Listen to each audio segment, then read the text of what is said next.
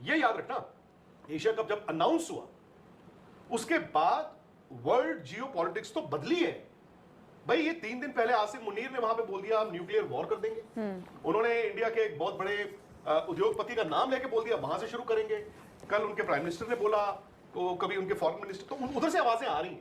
Line है, और ये कहना लोगों को लग रहा है कुछ हद तक जायज़ भी है। फिर बोला गया कि अगर आप किसी पाकिस्तानी यूट्यूबर के साथ कोलैबोरेट करते हो तो आप एंटी नेशनल, आप मत करो, वो भी ठीक समझ गया। फिर आपको बोला गया अगर आप उनके ट्विटर या यूट्यूब को कंज्यूम करते हो तो भी आप एंटी नेशनल हो। तो मैं मान गया, ये आपने एक रूट ले लिया। तो आई बाय इनटू योर आइडिया कि आपने कहा कि भाई इसके साथ आप हाथ नहीं मिला सकते, आप खेल नहीं सकते, स्पोर्ट इज रिक्रिएशन नहीं। मैं बिल्कुल मान गया। तो फिर आई वुड वांट, फिर मैं आपसे पूरी तरह सहमत हूँ कि अब आप फिर क्यों अनाउंस कर गए हो कि अगले हफ्ते आपकी सिलेक्शन कमेटी मीटिंग है।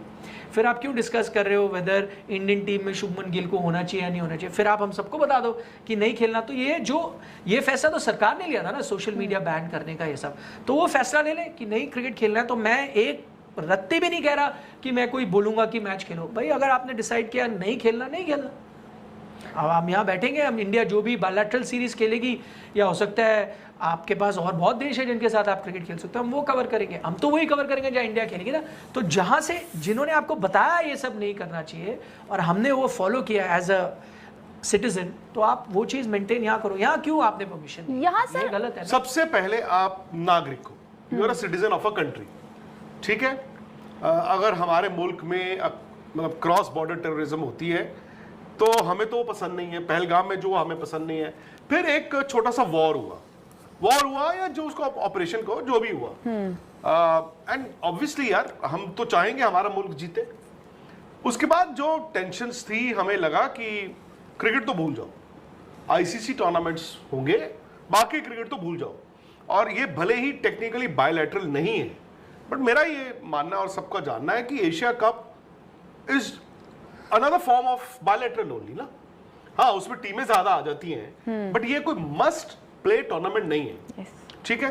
वहां तक मैं इंडियन सिटीजन के तौर पर सोच रहा था। फिर अनाउंस हो जाता है। अनाउंस अगर बीसीसीआई ने किया है या एशियन क्रिकेट काउंसिल ने किया है, सो इंडियन गवर्नमेंट की कंसेंट के बिना नहीं किया है, एंड पाकिस्तान गवर्नमेंट की कंसेंट के बिना भी नहीं किया है। आपके यहां पे एशिया कप हॉकी हो रही है, जो नहीं आ रही ना उनकी टीम पाकिस्तान की, देयर कंट्री इज डिसाइडिंग कि हमने नहीं भेजना, but there country has decided कि एशिया कप खेलेंगे, our country has decided Asia cup खेलेंगे। सो वहां पर मैं 2 रास्ते हैं मेरे पास। एक है एक्टिविज्म करो, जय हो मुर्दाबाद मुर्दाबाद, गली पे उतर जाओ, सोशल मीडिया पे आप ड्रामे करने शुरू कर दो, ठीक है। आप ट्वीट करने शुरू कर दो, जो हमने किए थे। आप एक्टिविज्म करते रहो, सड़क पे उतर जाओ। उससे क्या होगा? अब आपने एक्टिविस्ट की तरह सोचना है या आपने एक जर्नलिस्ट की तरह सोचना है। अब मैं क्योंकि एक स्पोर्ट्स जर्नलिस्ट हूं, राहुल, निखिल, आप भी, हम एक सर्टेन पॉइंट तक India versus Pakistan, nation versus nation को डिबेट कर सकते हैं। आपको भी नहीं मालूम, आपको भी नहीं, हमें नहीं पता कि आर्मी वर्सेस आर्मी क्या हुआ, ऑपरेशन सिंदूर में क्या हुआ क्या नहीं हुआ। एंड ये याद रखना, एशिया कप जब अनाउंस हुआ उसके बाद वर्ल्ड जियो पॉलिटिक्स तो बदली है भाई। ये 3 दिन पहले आसिम मुनीर ने वहां पे बोल दिया हम न्यूक्लियर वॉर कर देंगे। उन्होंने इंडिया के एक बहुत बड़े उद्योगपति का नाम लेके बोल दिया वहां से शुरू करेंगे। कल उनके प्राइम मिनिस्टर ने बोला, तो कभी उनके फॉरेन मिनिस्टर, तो उधर से आवाजें आ रही हैं। अब आई डोंट नो ये 2-3 दिन में इतनी आवाजों से is it going to impact? I don't think so. मुझे नहीं लगता। वॉर शुरू हो गई तो ये एशिया कप आपका टलेगा। मुझे लगता है कि अब मैं एक्टिविस्ट तो नहीं हूं, मैं जर्नलिस्ट के तौर पे देख रहा हूं। 4 लोग इधर बात करता हूं, 4 लोग उधर बात करता हूं। इधर मतलब ये नहीं कि पाकिस्तान में बात करता हूं, मतलब 4 आप क्रिकेट के हलकों में बात करते हो, 4 आप सरकार के इधर उधर से जर्नलिस्टों से बात करते हो। सरकार से तो मैं बात नहीं कर सकता। एंड देयर अस्सलामुअलैकुम दोस्तों, जैसा कि आप जानते ही होंगे India versus England test series ख़त्म हो चुकी है। लेकिन जिस तरह से ये सीरीज़ चली, आगे बढ़ी और ख़त्म हुई, सच में एक मैच लोगों ने एंजॉय किया। लेकिन सबसे इंजॉयबल और ड्रामेटिक जो मैच था वो था ओवल का मैच। उसकी वजह ये थी कि इंडिया ने तो पहले 3 दिनों में काफ़ी अच्छा स्कोर खड़ा कर दिया था, जिसकी वजह से हमें लग रहा था कि इंडिया आराम से ये मैच जीत जाएगा और इस सीरीज़ को बराबर कर देगा। लेकिन चौथे दिन बाजी पलट गई, क्योंकि जैसे ही इंग्लैंड की बारी आई तो हमेशा की तरह जोई रूट, हैरी ब्रूक और दूसरे प्लेयर्स जम गए और उन्होंने 100 प्लस रन्स लगाए। हैरी ब्रूक ने 111 और जोई रूट ने भी 100 प्लस रन स्कोर किए, जिसकी वजह से इंग्लैंड को सिर्फ 35 रन्स चाहिए थे और दूसरी तरफ इंडिया को सिर्फ 3 विकेटें, जो कि इन 3 मेन प्लेयरों की थी।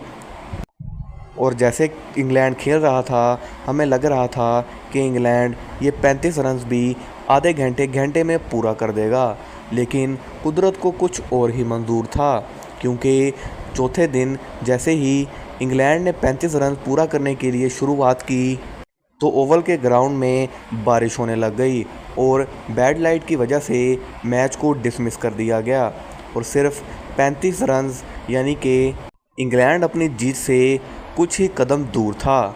लेकिन 5वें दिन हमें देखने को मिला कि इंडिया के बॉलर्स ने इंग्लैंड को इस तरह से धूल चटाई कि उन्हें खुद भी समझ नहीं आया कि हमारे साथ हुआ क्या है, क्योंकि मोहम्मद सिराज, जिन्होंने पहले ही 4 विकेटें ली थीं, और प्रसिद्ध कृष्णा भी, उन्होंने भी 4 विकेटें ली थीं, आखिरी ओवर में इंडिया को सिर्फ 1 विकेट चाहिए थी और दूसरी तरफ इंग्लैंड को सिर्फ 1 छक्का चाहिए था।